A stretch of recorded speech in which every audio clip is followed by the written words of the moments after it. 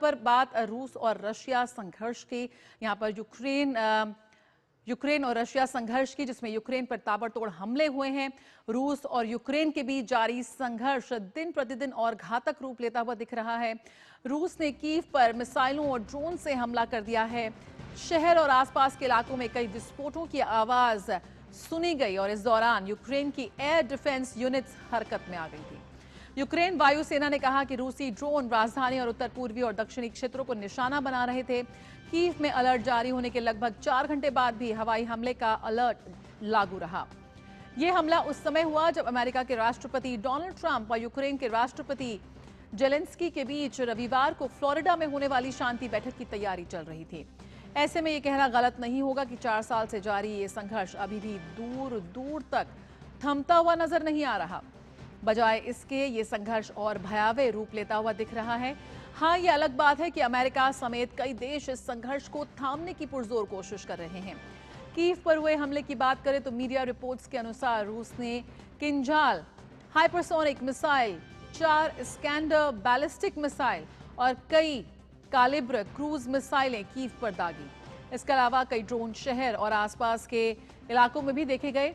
वहीं एक बार फिर रूस के हमले में कीव से लगभग 20 किलोमीटर दूर स्थित ब्रावरी नामक शहर में बिजली गायब हो गई। कीव के महापौर विटाली क्लीचको ने लोगों को शेल्टर में रहने की सलाह दी है। यूक्रेन की एयरफोर्स ने भी नागरिकों को सतर्क रहने की चेतावनी जारी की है। तो यहाँ एक बार फिर कीव में सुनाई दिए जोरदार धमाके, जिस संघर्ष को रोकने की कोशिश में इस वक्त कई देश लगे हुए हैं, वो और भी बढ़ता हुआ साफ तौर पर नजर आ रहा है। ट्रंप और जेलेंस्की की मुलाकात होनी है, उससे पहले ये हमला हुआ है, ताबड़तोड़ मिसाइल दागे गए और ऐसे में यहां पर यूक्रेन पर रूस के बड़े हमले को लेकर चिंता और बढ़ गई है। तो कीव में सुनाई दिए जोरदार धमाकों की आवाज, उसके एयर डिफेंस सिस्टम को भी यहां पर एक्टिवेट किया गया।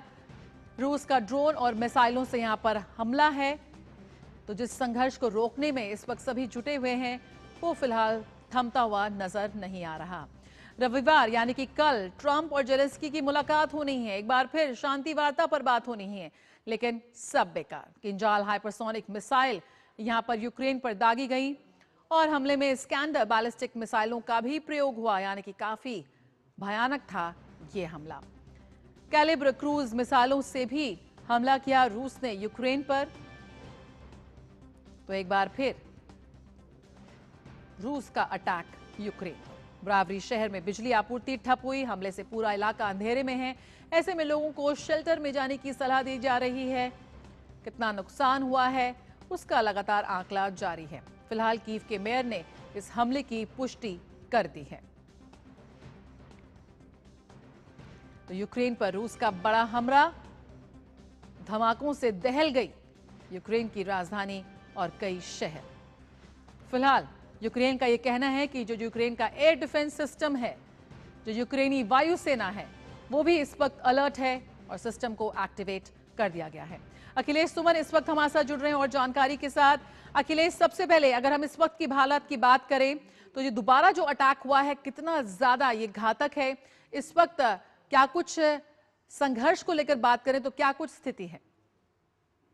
देखिए, जो अभी तक जो हमें जानकारी मिली है उसके मुताबिक ये बहुत बड़ा हमला किया है रूस की तरफ से और यूक्रेन ने अपनी पूरी सेना को, खास करके एयरफोर्स को अलर्ट में रख दिया है। एयरफोर्स की जो है वो एयरफोर्स काफी सक्रिय है कि आगे कोई खतरा ना आ पाए रूस की तरफ से। और यूरोपियन यूनियन के नेताओं से भी बात की है इन्होंने, वोलोदिमीर जेलेंस्की ने डोनाल्ड ट्रंप के साथ कल उनकी बातचीत हुई है और डोनाल्ड ट्रंप को भी जेलेंस्की की तरफ से यह संदेश भेजा गया है कि बातचीत के पहले इस तरह का हमला रूस की तरफ से किया गया है कीव के अंदर। तो निश्चित तौर पे यह एक बहुत बड़ा कदम रूस की तरफ से है कि जिस तरीके से यूक्रेन के राष्ट्रपति वोलोदिमीर जेलेंस्की परसों से बयान दे रहे थे कि 20 पॉइंट प्रोग्राम है, जिसमें कि 90 प्रोग्राम पॉइंट पर एग्रीमेंट डोनाल्ड ट्रंप के साथ है और 10% प्रोग्राम पे 10 पॉइंट पे जो 10% है उस पे उनको एग्रीमेंट करना है। तो निश्चित तौर पे लग रहा था लोगों को कि कोई बड़ी अचीवमेंट वोलोदिमीर जेलेंस्की ने हासिल करनी है, लेकिन जब उसका उन्होंने विस्तार से बताया उसके बाद रूस की तरफ से एक बयान आया कि रूस को ये समझौते मंजूर नहीं है।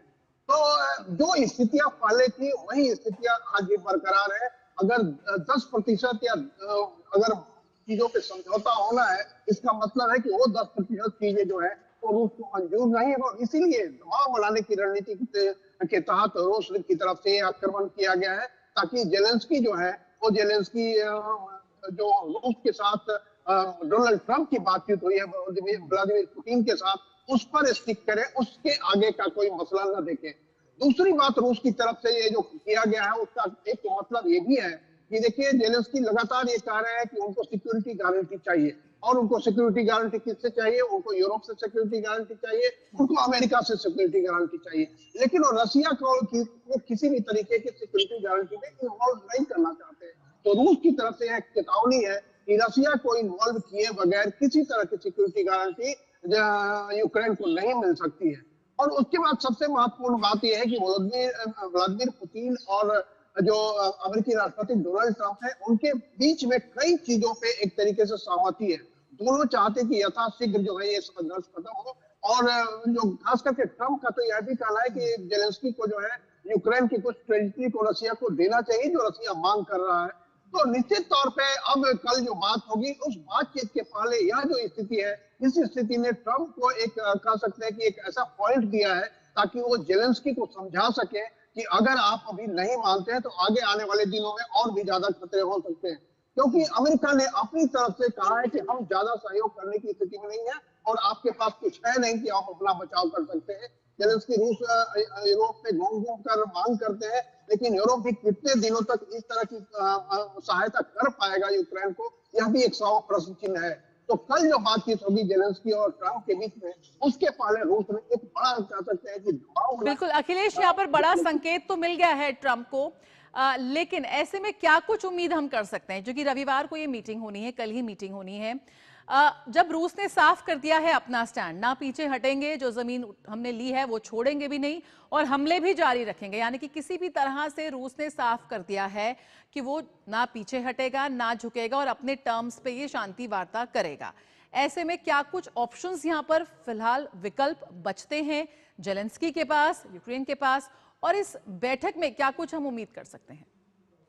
देखिए, डोनाल्ड ट्रंप ने पहले ही साफ किया है, जब जेलेंस्की का बयान आया कि वो 20 पॉइंट फार्मूला को लेकर अपने इनपुट के साथ जा रहे हैं ट्रंप के पास सामने, तो ट्रंप का एक बयान आया था। ट्रंप का बयान आया था कि वही होगा जो मैं अप्रूव करूंगा। मतलब जेलेंस्की अपनी तरफ से जो भी ले जा रहे हैं 20 पॉइंट प्रोग्राम, उसको अभी तक ट्रंप का अप्रूवल नहीं है। अब ट्रंप का अप्रूवल नहीं है और उसके बीच में रूस ने एक बड़ा हमला किया है, तो निश्चित तौर पे ट्रंप जो है जेलेंस्की पर और ज्यादा बढ़ाएंगे। अब जेलेंस्की ने एक बयान यह भी दिया है कि वो एक रेफरेंडम कराना चाहते हैं कि जो यूक्रेन की टेरिटरी रूस को देनी है, कितनी देनी है, इस पे एक कह सकते हैं कि मतदान करवाएंगे पूरे देश में। तो यह एक और प्रोलॉन्ग करने की स्थिति बन गई कि इसको और लाना चाहते हैं।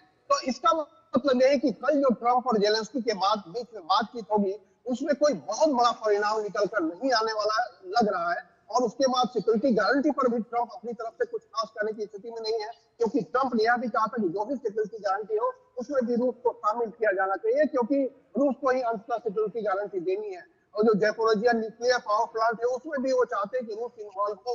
तो ऐसी स्थिति में मुझे लगता है कि कल जेलेंस्की अपनी बात रखेंगे और सारे जो 20 पॉइंट है उस 20 पॉइंट सुनने के बाद ट्रंप अपनी तरफ से क्या प्रतिक्रिया देते हैं, ट्रंप को ये सोचता है, और उसके बाद निश्चित तौर पर ट्रंप और पुतिन के बीच में भी बातचीत होगी और उसके बाद ही कोई नतीजा निकलेगा कि क्या किस हद तक और कितनी जल्दी हो सकता है। लेकिन जो रूस की तरफ से इशारा है वो इशारा सीधे तौर पे जेलेंस्की और ट्रंप दोनों के लिए है कि हम नहीं मानने वाले हैं। हमने जो बातें कही है, पुतिन ने जो बातें अलास्का में ट्रंप को कही है, उन्हीं बातों पे समझौता।